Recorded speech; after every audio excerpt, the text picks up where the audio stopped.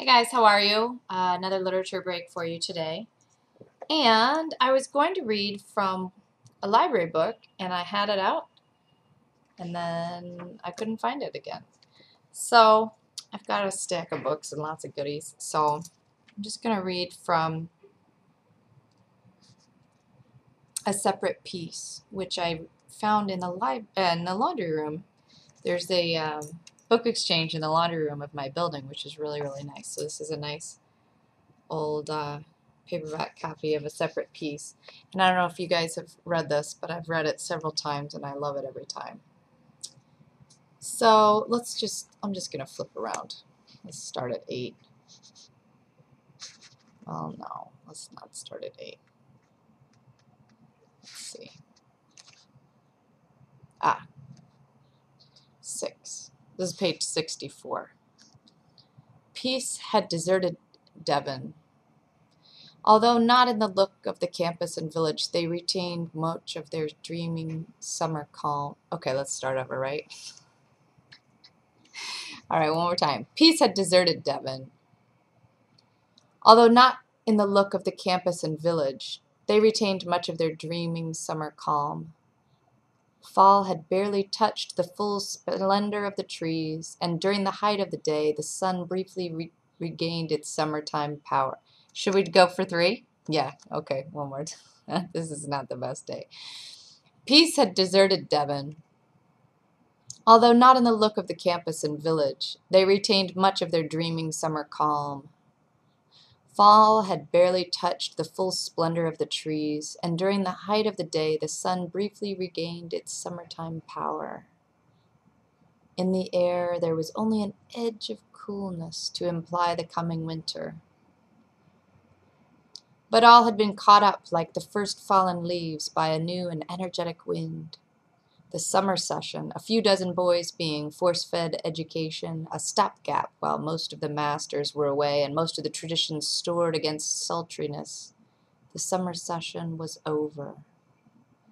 It had been the school's first, but this was its 163rd winter session, and the forces reassembled for it scattered the easygoing summer spirit like so many fallen leaves. The masters were in their places for the first chapel, seated in stalls in front of and at right angles to us, suggesting by their worn expressions and careless postures that they had never been away at all. And in an asp of the church sat their wives and children, the objects during the tedious winter months of our ceaseless ritual speculation. Why did he ever marry her? What in the world would make her marry him? How could the two of them ever have produced those little monsters? The masters favored seersucker in this mild first day. The wives broke out their hats. 5 of the younger teachers were missing, gone into the war. Mr. Pike had come in his naval ensign's uniform. Some reflex must have survived midshipman's school and brought him back to Devon for the day. His face was as mild and hopeless as ever. Mooning above the snappy, rigid blouse, it gave him the air of an impostor. Continuity was the keynote. The same hymns were played, the same sermon given, the same announcements made. There was one surprise. Maids had disappeared for the duration. A new phase then. But continuity was stressed, not beginning again, but continuing the education of young men according to the unbroken traditions of Devon. I knew, perhaps I alone knew, that this was false.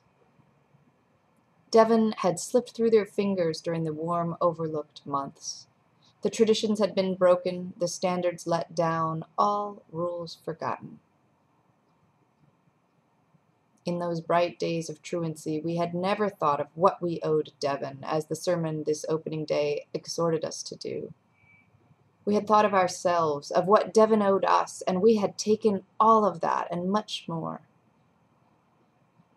Today's hymn was, "Dear Lord and Father of mankind, forgive our foolish ways." We had never heard that during the summer either. Ours had been a wayward gypsy music, leading us down all kinds of foolish gypsy ways, unforgiven. I was glad of it. I had almost caught the rhythm of it, the dancing, clicking jangle of it during the summer. Still, it had to come to an end. In the long last rays of daylight at the tree when Phineas fell, it was forced on me as I sat chilled through the chapel service. So that's just a nip out of a separate piece. So if you've not read it, I hope you will. And other than that, I hope you have a great afternoon. I guess I'll keep looking for the book I lost. Okay, take care.